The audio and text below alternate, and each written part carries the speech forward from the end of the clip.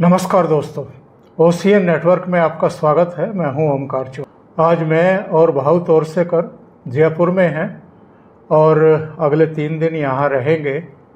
Jaipur dialogues का जो summit होता है राष्ट्रवादियों का, उसी के सिलसिले में हमारा जयपुर आगमन हुआ है।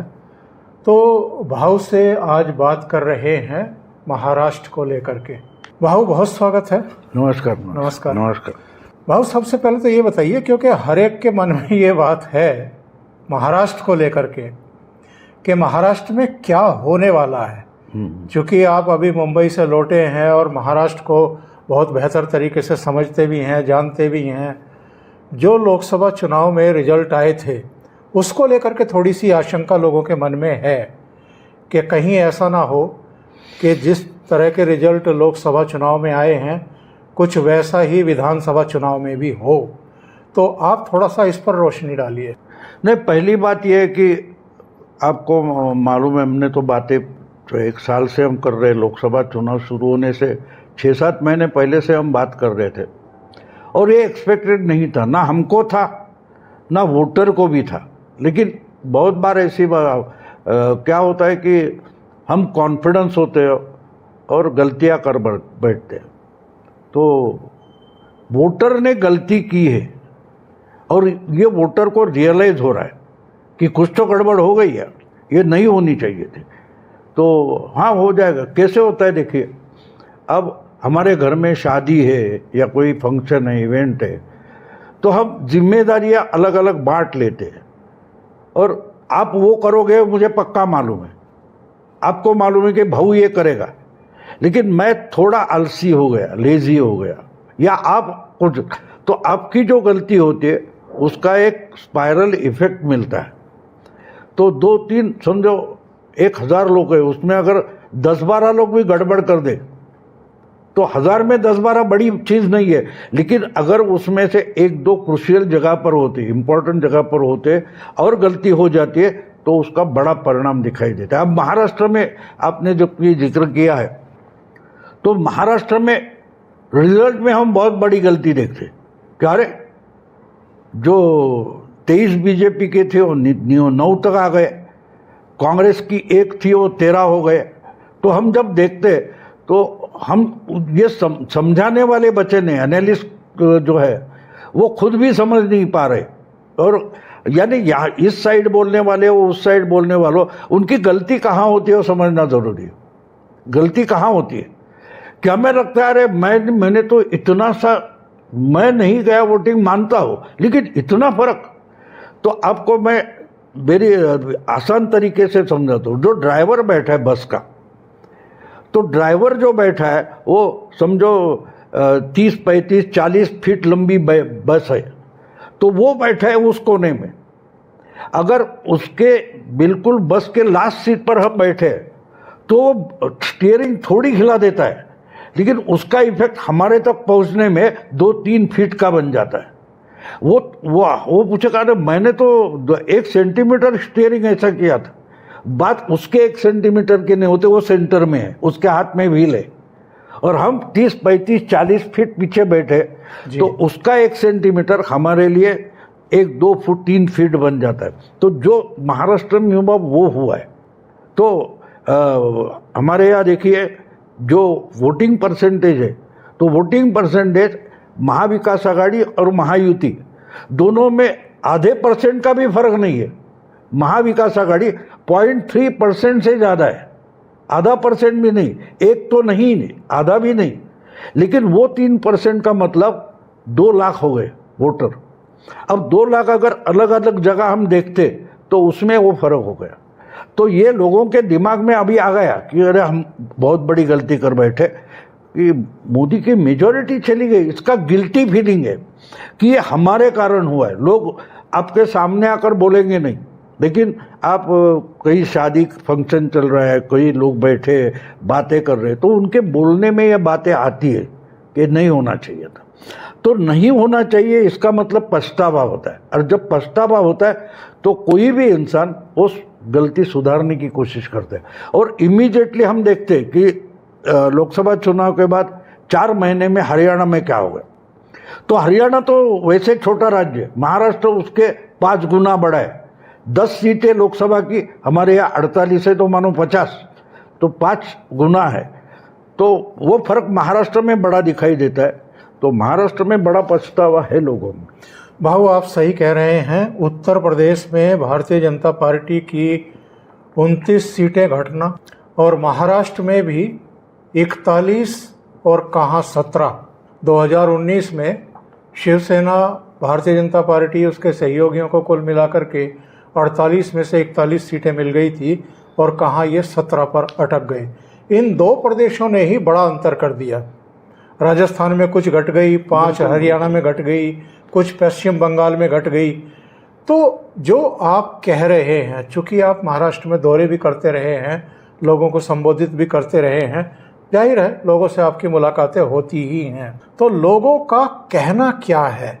लोकसभा चुनाव में जो नतीजा आए उसके बाद जो आप कह रहे हैं कि कोई प्रायश्चित का भाव देखने को मिल रहा है, जो हमें करेक्शन हरियाणा में देखने को मिली, यानी 10 साल बाद भारतीय जनता पार्टी के निरंतरता में तीसरी बार सरकार बनना, वो पिछले यानी हरियाणा स्थापित होने के बाद इतना कभी हुआ नहीं। तीसरी बार कोई गवर्नमेंट कभी हुआ नहीं। तो ये करेक्शन क्या वोटर्स की महाराष्ट्र में भी हमें देखने को मिलेगी? बिल्कुल मिलेगी, बिल्कुल। लोगों से बात करते तो समझ में आता है। देखो क्या होता है, हमारे घर में बच्चा होता है, बच्चे को हम थप्पड़ मारते, लेकिन अगर वो गलत जगह थप्पड़ बैठ जाए तो उसको अस्पताल लेके जाना पड़ता है। तो वही मारने वाली माँ होती है, बाप होता है, बड़े भैया होते हैं, उसको वो गिल्टी फीलिंग आ जाता है। मैं अरे गुस्सा था मालूम है, तो अभी अजीत दादा को साथ लिया, गुस्सा था, लेकिन हमारे गुस्से का इतना गलत परिणाम निकलेगा ये नहीं था दिमाग में कि भाई इनके वोट परसेंट नीचे लाके दिखा दे। तो ये सोच थी, लेकिन उसका परिणाम इस ढंग से बनेगा कि सामने वाला तगड़ा बनते दिखाई दे। जो लोग हमको नहीं चाहिए वो तगड़े बनते दिखाई दिए तो उसका गिल्टी फीलिंग हम में आ जाता है। तो वोटर में आज वो प्रायश्चित की भावना है, गलती सुधारनी चाहिए। जो हरियाणा में हुआ, हरियाणा में आप देखते हो तो 64.8% टोटल वोटिंग था लोकसभा का, वो 67.9% यानी 3.1% वोट बढ़ गया वोटिंग परसेंटेज। तो कितना फर्क हुआ, देखो कितना फर्क हुआ। और एक बात हो गई है, और एक बात हमें समझना जरूरी है। हरियाणा में चुनाव का जो एनालिसिस आया उसमें एक बात प्रायश्चित की कैसे आते, इसी तरीके से नहीं हुआ। देखो हरियाणा में भी कांग्रेस का वोटिंग परसेंटेज बढ़ा है, कांग्रेस का, बीजेपी का भी बढ़ा है, लेकिन उसमें जो तीसरी, चौथी, पांचवी पार्टी होती है उसको वाइप आउट कर दिया लोगों ने। यानी वोटर जो है वो सीधे सीधे 2 खेमे में राजनीति बंटवाना चाहता है। तो जो चुनाव के सामने कांग्रेस बुरी तरह से हारी है नहीं मानता हूं मैं हरियाणा में। हाँ, लेकिन एक बात है कि अगर मुझे बीजेपी नहीं चाहिए तो मैं 10 लोगों में बंटूंगा नहीं, मुझे बीजेपी चाहिए तो मुझे 10 लोगों में बंटना नहीं है। ये आहिस्ते आहिस्ते दिमाग बनते जा रहे हैं।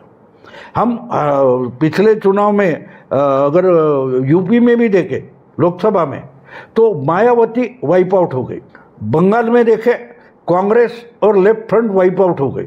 यानी लोग 2 पार्टियों की राजनीति, 2 खेमों की राजनीति यहाँ वोटर लेके जा रहा है, वोटर कोर्स चेंज कर रहा है। और ये हमारे एनालिस्ट जो है विश्लेषण करता है, उनके दिमाग में वो बात नहीं आ रही है।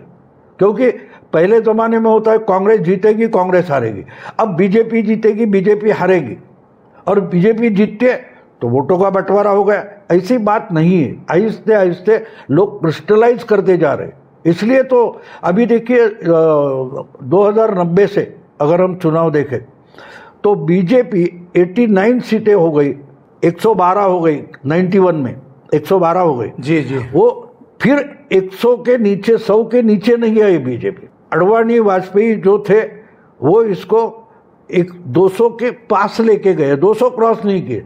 मोदी ने 282 किए, 300 किए, लेकिन फिर भी आज बीजेपी का मेजॉरिटी गया वगैरह हम बोलते, लेकिन बीजेपी 240 के नीचे नहीं आई है। बिल्कुल 200 के नीचे नहीं आई है।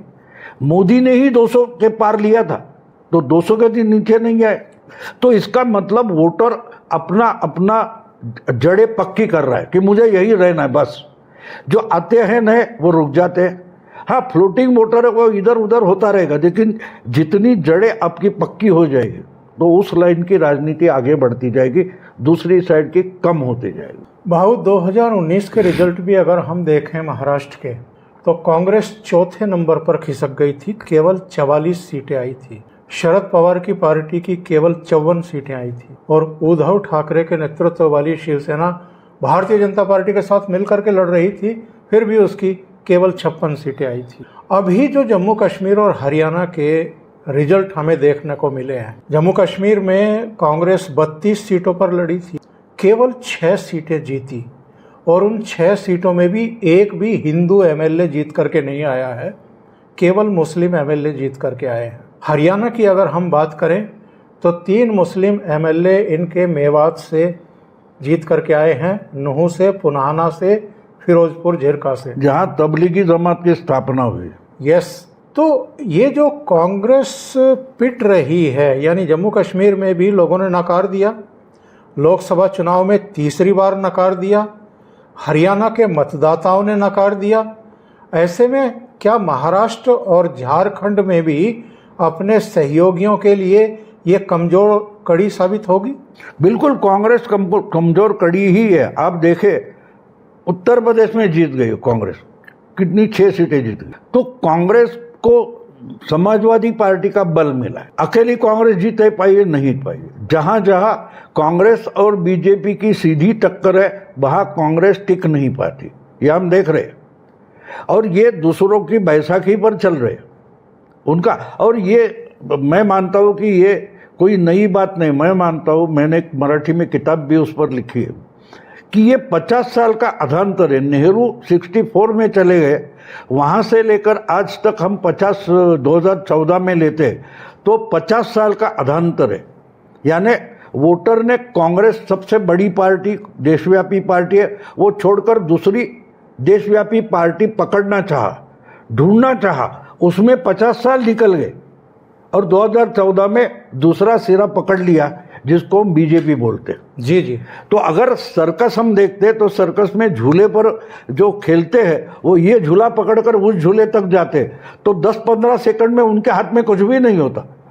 तो पूरी राजनीति हम 64 से लेकर 14 तक देखे 50 साल की, तो वो झूले की कसरत जैसी, यहाँ से निकले वहाँ पहुँचे, बीच में क्या बोलते गठबंधन की राजनीति हुई, गठबंधन बने टूटे, फिर कांग्रेस मेजॉरिटी में आ गई, कांग्रेस की अल्पमत की गवर्नमेंट बनी, कांग्रेस की गठबंधन की सरकार बनी। अपने क्या बोलते नरसिंह राव की सरकार अल्पमत की थी, उनको मेजॉरिटी नहीं थी बिल्कुल। जितने आज मोदी को सीटें मिली है, 91 में कांग्रेस को उतनी ही सीटें मिली थी, उसकी गवर्नमेंट बनी थी। फिर कांग्रेस नीचे चली गई, फिर गठबंधन की सरकार उन्होंने बनाई।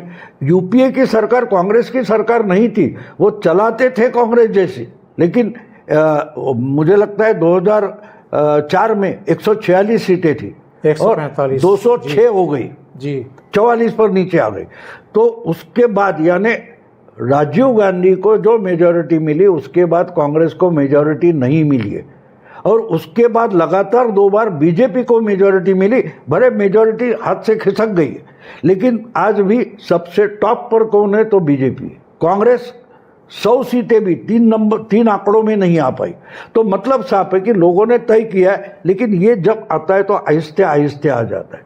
अब आप आंकड़े सीटों के देखें, लेकिन आप प्रतिशत का देखें से तो मैं मानता हूं कि लोकसभा में इतनी बड़ी हार नहीं हुई। देखो 31% पर अगर 282 सीटें मिली थी, तो 2024 में 37% वोट है, 6% ज्यादा है, सीटें कम हो गई, लेकिन परसेंटेज 38 से 37 हो गए, 1% कम हो गया, लेकिन वो 14 की तुलना में देखें तो ज्यादा है। मतलब बीजेपी हारी नहीं है सीटों में। इसको मैं क्रिकेट की भाषा में डकवर्थ लुईस बोलता हूँ। जी हाँ, डकवर्थ लुईस में होता है कि बारिश होती है, खेल रुकता है, फिर से शुरू हो गया, तो ओवर्स कम किए जाते हैं और ओवर्स में रन्स बढ़ाना ज़्यादा हो जाता है, वो गड़बड़ होती है।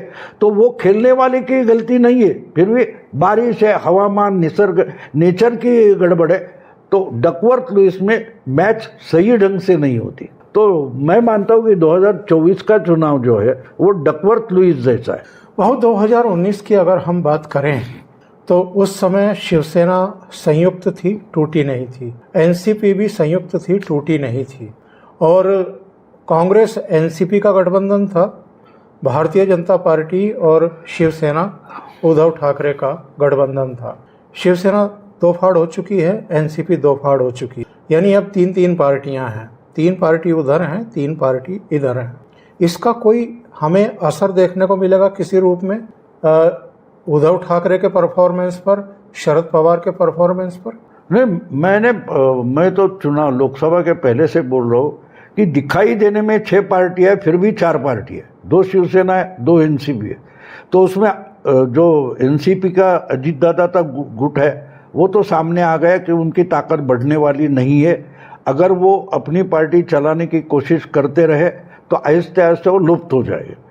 उद्धव ठाकरे भी उसी लाइन पर जा रहे, उनको बचाया है तो ये जो क्या बोलते मुस्लिम कंसोलिडेशन और दलित का जो संविधान का गलत झूठा नैरेटिव पेश किया गया, उसमें वो दलित अभी इनके साथ नहीं आ रहेंगे, वो मुस्लिम नहीं रहेंगे। तो उद्धव के पास कोर वोटर जो शिवसेना का था वो शायद 4%, 4.5% बचा है। अगर लोकसभा में मुस्लिम और दलित इनके साथ थे वो नहीं रहे तो उसकी बहुत बड़ी कीमत उद्धव को चुकानी पड़ेगी। और अभी से ही सब लोग बोल रहे हैं, जो इनको सर पर चढ़ाकर बोलते थे वही सब एनालिस्ट, वही सब जर्नलिस्ट अब बोल रहे उद्धव के लिए वो सिंपैथी नहीं बची, वो उस समय भी नहीं थी। तो आज तो बचने का सवाल ही नहीं उठता, क्योंकि देखिए लोकसभा में पार्टियां देखी जाती है, सेंट्रल गवर्नमेंट कौन बनन। महाराष्ट्र में सेंट्रल गवर्नमेंट बनने वाला नहीं है, तो समाजवादी पार्टी है, ओवैसी की पार्टी है, प्रकाश अंबेडकर की पार्टी है, राज ठाकरे की पार्टी है, वो इररिलेवेंट थे लोकसभा में, लेकिन विधानसभा के चुनाव में वो सब रिलेवेंट हो जाते हैं।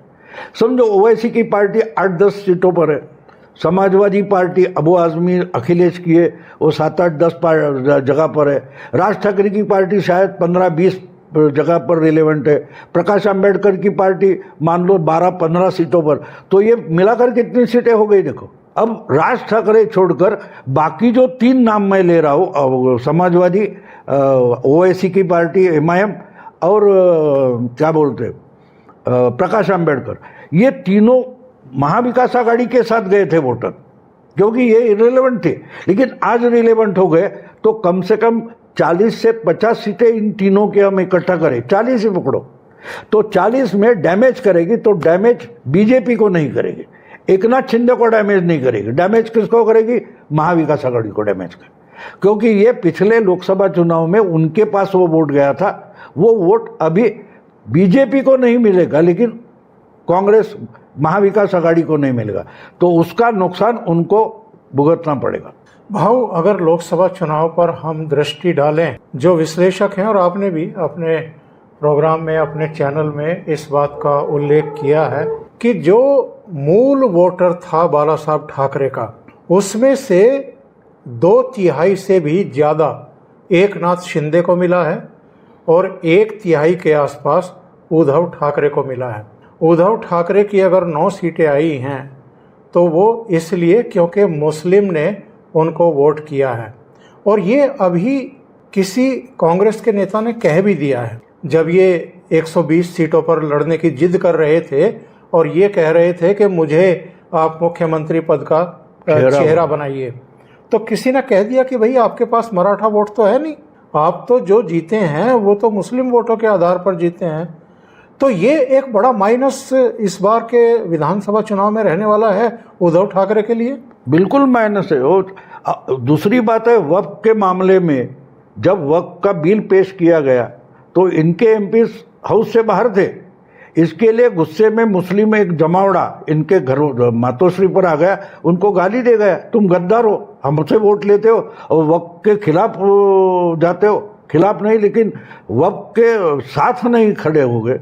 जो बिल आ गया तो आप गायब थे। तो अगर हमारे वोट चाहिए तो वक्फ का समर्थन करना पड़ेगा। और उस वक्त आप समर्थन करने के लिए हाजिर नहीं थे। ये जब मुस्लिम वोटर दरवाजे पर आकर बोल रहा है तो वो उसकी मानसिकता बोल रही है, उसकी साइकोलॉजी बोल रही है, तो उसका नुकसान उनको भुगतना पड़ेगा। दूसरी बात है कि लोगों को अभी पता चल गया दलित वोट जो बाबा साहब आम्बेडकर संविधान इसमें रहता है, तो उसको मालूम क्या विधानसभा में तो संविधान बदला जाने वाला नहीं है, तो वो फिर प्रकाश आम्बेडकर के साथ जाएगा या और जो दलित छोटे छोटे गुट काम कर रहे हैं उनके साथ जाएगा, इनके साथ नहीं रहेगा।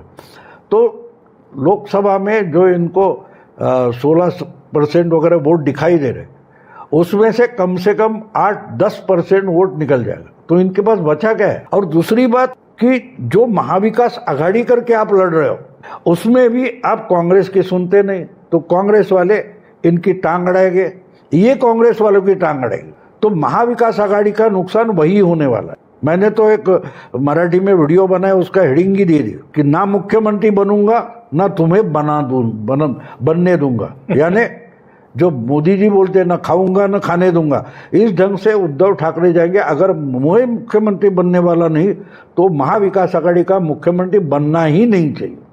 अब ये सिचुएशन में ज़्यादा से ज़्यादा नुकसान कांग्रेस का होगा, और इसलिए आप बारीकी से महाराष्ट्र की राजनीति ऑब्जर्व करो, पिछले 1-1.5 महीने से चल रहे।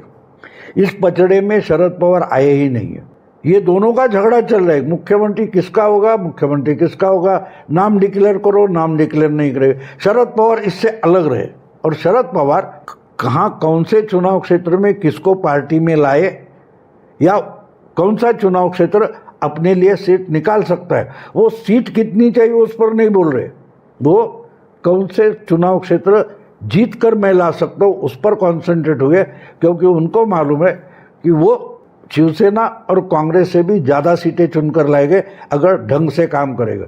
तो महाविकास आघाड़ी में अगर दिमाग लगाकर कोई चुनाव लड़ रहा है तो वो शरद पवार लड़ रहे हैं। ये बाकी के दोनों वो उनको सीटें चाहिए, क्योंकि सीट बेचने से पैसा मिलता है कैंडिडेट से। भाऊ, अगर मैं आपसे ये कहूँ कि एमवीए के माइनस और प्लस क्या हैं इस चुनाव में, और एकनाथ शिंदे भारतीय जनता पार्टी के नेतृत्व वाली जो सत्तारूढ़ गठबंधन है उसके माइनस प्लस क्या है, तो आप कैसे इसको परिभाषित करेंगे?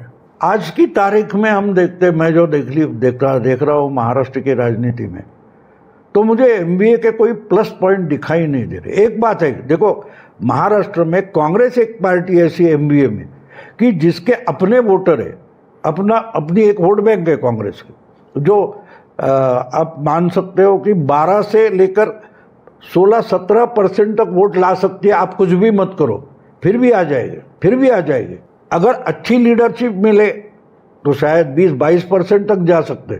तो उस अभी पिछला 19 का लोकसभा विधानसभा चुनाव आप ले लो, Rahul Gandhi central party leadership का एक नेता राहुल गांधी महाराष्ट्र में एक दिन के लिए है, और नांदेड़ में उन्होंने 2 मीटिंग के लिए, बाकी कांग्रेस का कोई टॉप लीडर महाराष्ट्र में आया ही नहीं, फिर भी 44 सीटें आ गई। मतलब क्या है कि उनका जो वोटर है जो कॉन्सेंट्रेटेड है वहां की सीटें चुनकर आती है।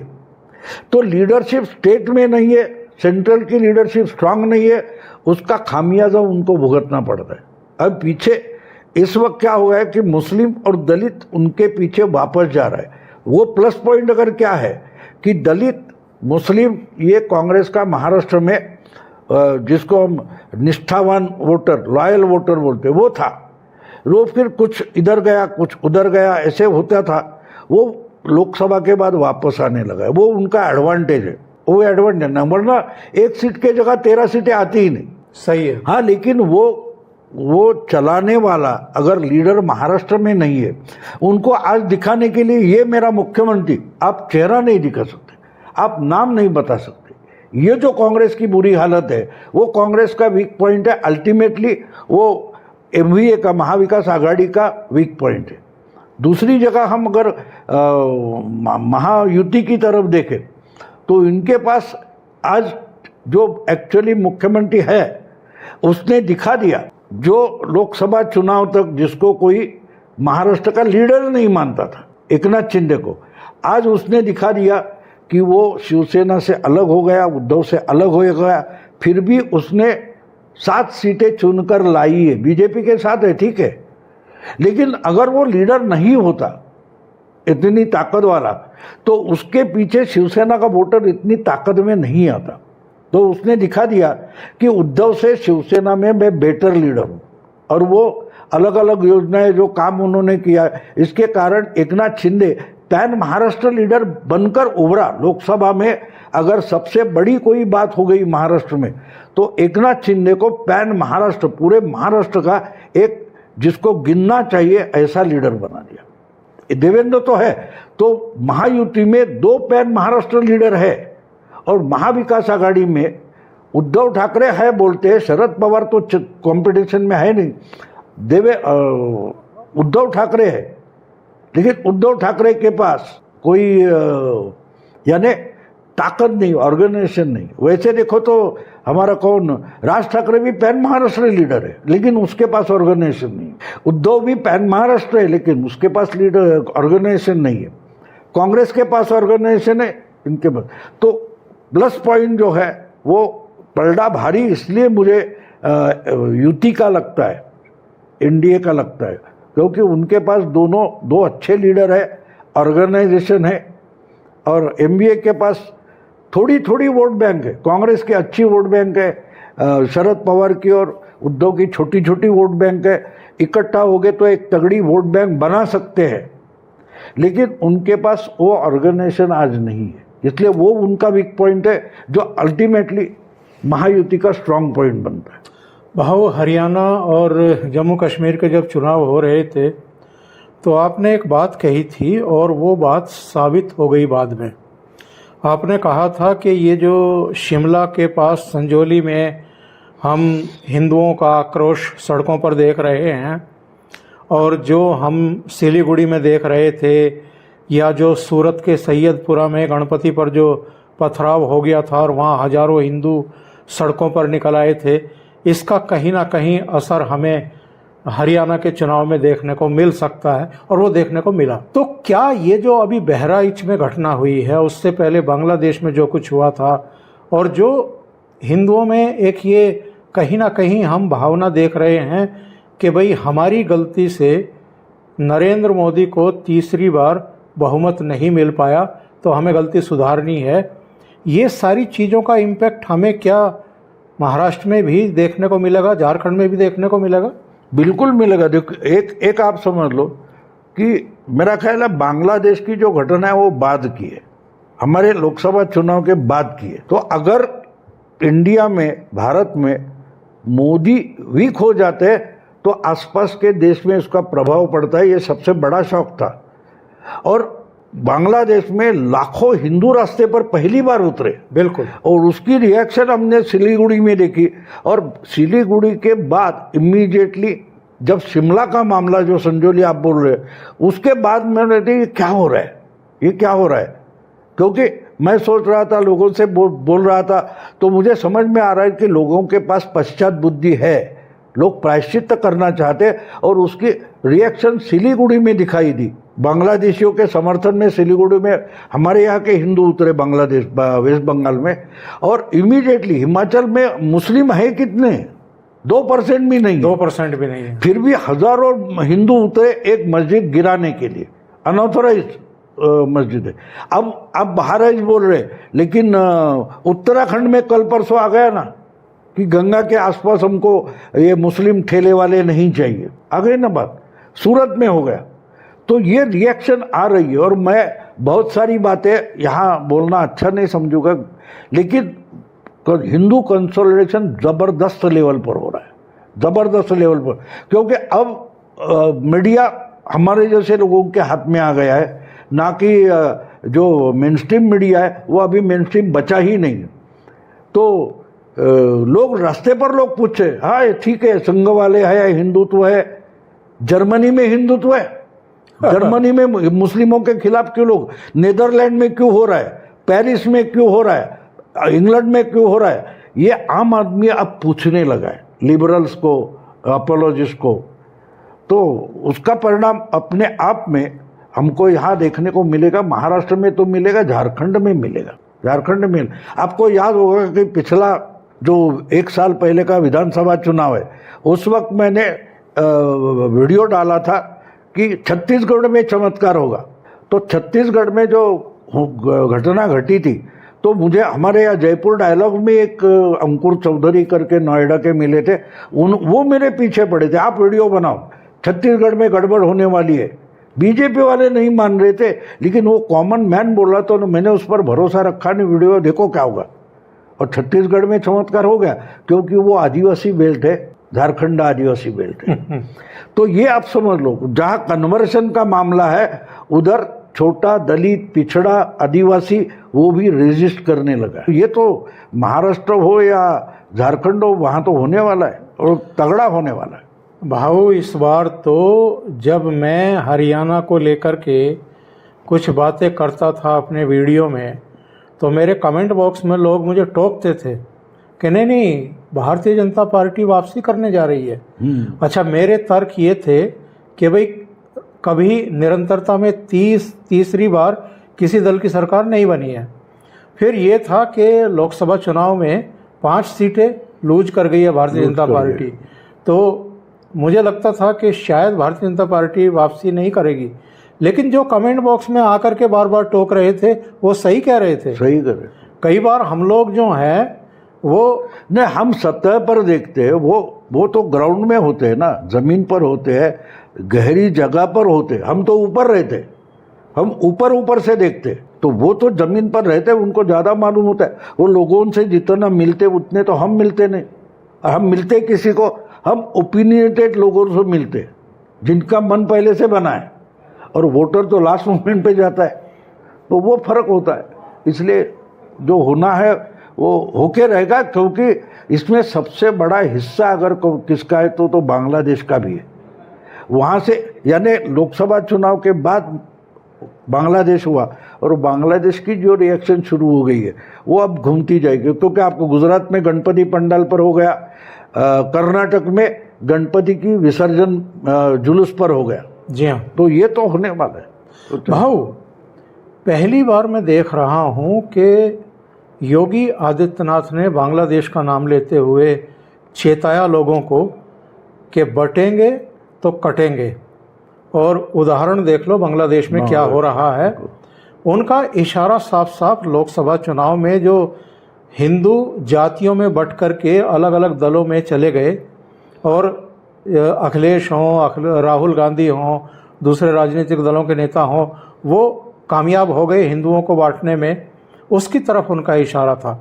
पहली बार प्रधानमंत्री नरेंद्र मोदी ने आपके महाराष्ट्र के ठाणे में कहा कि बटेंगे तो जो आपको बांटना चाहते हैं वो महफिलें सजाएंगे। और संघ प्रमुख मोहन भागवत ने भी यही बात दूसरे शब्दों में कही, हिंदू यूनिटी की बात कही। तो ये जो संदेश 3 स्तर से आया है, योगी आदित्यनाथ की अपील का असर होता है हिंदुओं पर आजकल, प्रधानमंत्री नरेंद्र मोदी ने खुद कहा, मोहन भागवत ने कहा है, तो इसका असर भी हमें देखने को मिलेगा। मिलना शुरू हो गया है, मिलना शुरू हो गया है। ये तीनों का असर हिंदू वोटर पर होगा। इसकी सबसे बड़ा सबूत अगर किसने दिया है तो राहुल गांधी और अखिलेश ने दिया है। उत्तर प्रदेश के उपचुनाव में वो अलग अलग लड़ने की ट्राई कर रहे थे, अचानक से राहुल गांधी बैकफुट पर चले गए, बोले सब सीटें तू ले। क्यों? क्योंकि वरना बीजेपी जीतने के चांसेस उनको भी लगने लगे। यस, ये मैं मानता हूँ। एक क्या होता है, कोई साक्षीदार होता है तो वो दूसरे गुट का अगर सबूत देता है तो वो मैं इम्पोर्टेंट मानता हूँ। और ये महाराष्ट्र और हरियाणा में जो हुआ वो रिपीट झारखंड महाराष्ट्र में होगा, इसका डर राहुल गांधी और अखिलेश को सता रहा है। ये सबसे बड़ा सबूत है कि हिंदू कंसोलिडेशन शुरू हो गया है, और ये हम लोग रोक नहीं पाएंगे। हम इनको ज़्यादा यानी उनका अलग अलग उनका बंटवारा नहीं कर पाएंगे, इसकी कबूली दे चुके हैं। क्यों? राहुल गांधी बोले दम के 10 में से 5 सीटें इनको चाहिए थी, और बोलते पूरी की पूरी तू ले ले। यस, यानी आज ठीक है, आज अखिलेश जीतता है, कल हम जीत लेंगे, लेकिन इस बाजू में रहनी चाहिए, वरना उस बाजू। यानी बटेंगे नहीं, इसका डर राहुल को और अखिलेश को सताने लगा है। इसका ये सबसे बड़ा सबूत है। तो रिजल्ट तो सामने आ जाएगा। और भाऊ, जम्मू कश्मीर में कोई कांग्रेस की सरकार नहीं बनी है, उमर अब्दुल्ला की, फारूक अब्दुल्ला की सरकार बनी है। इनफैक्ट इनको तो उन्होंने घास भी नहीं डाला है क्योंकि इनकी स्ट्रेंथ इतनी नहीं है। हरियाणा में इनके वापसी का चांस थे, वैसे ही धक्का लगा है जैसे असम में लगा था, जैसा केरल में लगा था, ऐसे ही हरियाणा में भी वापसी नहीं हुई। झारखंड में सत्ता से ये बाहर जा रहे हैं, इसके स्ट्रॉन्ग सिग्नल मिल रहे हैं। अगर महाराष्ट्र में भी भारतीय जनता पार्टी ही कंटिन्यू करती है एक नाथ शिंदे और अजित पवार के साथ, तो ये कितना बड़ा धक्का होगा कांग्रेस के लिए और विपक्षी दलों के लिए। और इन चुनाव परिणामों का, यानी इन दोनों राज्यों के भी इनके हारने का दिल्ली के विधानसभा चुनाव पर किस तरह का असर पड़ेगा? तो एक बात तो साफ हो गई। देखो, हरियाणा में जो रिजल्ट आए उसके बाद जिस ढंग से इंडिया अलायंस के जो पार्टनर्स है वो राहुल को जमीन पर लाने को आगे आ गए। हर कोई पार्टनर, तृणमूल कांग्रेस हो, आपका केजरीवाल हो, या महाराष्ट्र में उद्धव ठाकरे हो, यानी वो खुश हो गए। राहुल गांधी की यानी कांग्रेस की हार हो गई हरियाणा में, उससे सबसे ज़्यादा खुश कौन था? बीजेपी वाले नहीं थे इतने, ये साथ, क्योंकि ये इन पर चढ़ बैठे थे। अब गुलाम जैसा बर्ताव करो हमसे, तो इसलिए अभी इनके समझ में आएगा कि कांग्रेस इतनी भी बढ़नी नहीं चाहिए, बीजेपी नहीं बढ़नी चाहिए, ठीक है, लेकिन अगर बीजेपी बढ़ती है तो बढ़ने दो, क्योंकि इनको हमारी ज़रूरत पड़े, वरना ये हमको कचरे कूड़ादान में फेंक देंगे। तो इसलिए दिल्ली में भी उसका परिणाम होगा ही होगा, क्योंकि अभी तो केजरीवाल तो पूरा एक्सपोज हो गया। अगर लोकसभा में कांग्रेस को साथ लेकर फिर से 7 सीटें भी, 1 सीट भी नहीं ला पाए, तो विधानसभा में तो ये अलग अलग लड़ेंगे और उसका फायदा बीजेपी को मिलेगा, क्योंकि आंखें खुल गई है लोगों के। बीच में जो कुछ शराब घोटाला हुआ, केजरीवाल उसके साथियों को जेल हुई है, उसके लोगों के आँख खुल गई है, आँख खुल गई। तो इस पे होगा, बिहार पर होगा। बिहार विधानसभा चुनाव जो अगले 1 साल के बीच कोई हो गए, 2025 में कब हो गए मालूम नहीं, लेकिन 2025 की बात तारीख है, तो उस पर परिणाम होगा। एक एक करके सामने आते जाएंगे। लेकिन एक बात है, मैंने जो 2024 के लिए किताब लिखी थी तो उसमें मैंने बोला था ये अश्वमेध है। तो मोदी लड़ना नहीं चाहते, लेकिन मोदी का घोड़ा रोकोगे तो लड़ाई होगी। अब इन्होंने घोड़ा रोका है, राजस्थान में रोका है, हरियाणा में रोका, उत्तर प्रदेश में रोका, महाराष्ट्र में रोका। इस हर स्टेट में जहां बीजेपी का घोड़ा रोका गया है उनके स्ट्रांग होल्ड में, वहां तगड़ी लड़ाई होगी, तगड़ी लड़ाई होगी, और इनको बचने की जगह तक नहीं रही। इसी को तो अश्वमेध बोलते। अश्वमेध का जो चक्रवर्ती होता है वो आपकी जमीन कब्जा नहीं करना चाहता, बोलते तू राजा रहना, लेकिन अथॉरिटी मेरी चलेगी देश करके, फेडरेशन करके। अगर तू मुझे चैलेंज कर रहा है, तू फेडरेशन को चैलेंज कर रहा है। अगर फेडरेशन को चैलेंज करेगा तो तेरा राज भी तेरा नहीं रहेगा। ये कंसेप्ट है अश्वमेध की। तो अश्वमेध का घोड़ा रोका गया है, जहां जहां रोका गया है वो तो होगा। बंगाल में चमत्कार देखेंगे आप, बंगाल में देखते क्या होता है। भाऊ, बहुत बहुत धन्यवाद। कई मुद्दों पर आपसे चर्चा हुई और ख़ास तौर से महाराष्ट्र को लेकर के आपने जो जानकारी दी है दर्शकों को, मुझे लगता है कि उनके लिए भी ये एक सुखद खबर हो सकती है कि वहाँ अपर हैंड इस समय हरियाणा और जम्मू कश्मीर के चुनाव नतीजों के बाद, और जिस तरीके से जागरूकता आई है हिंदू कम्युनिटी में ख़ास तौर से, और कई दूसरे भी ऐसे मुद्दे हैं जिनको लेकर के वहाँ कंसोलिडेशन देखने को मिल रहा है। और अगर वहाँ भी निरंतरता में इसी तरह के नतीजे आते हैं जैसे हरियाणा में आए हैं, तो निश्चित रूप से ये एक फिर से मोदी जी का भी और जो भारतीय जनता पार्टी और राष्ट्रीय विचारधारा के जो लोग हैं उनका मनोबल बढ़ाने वाले होंगे।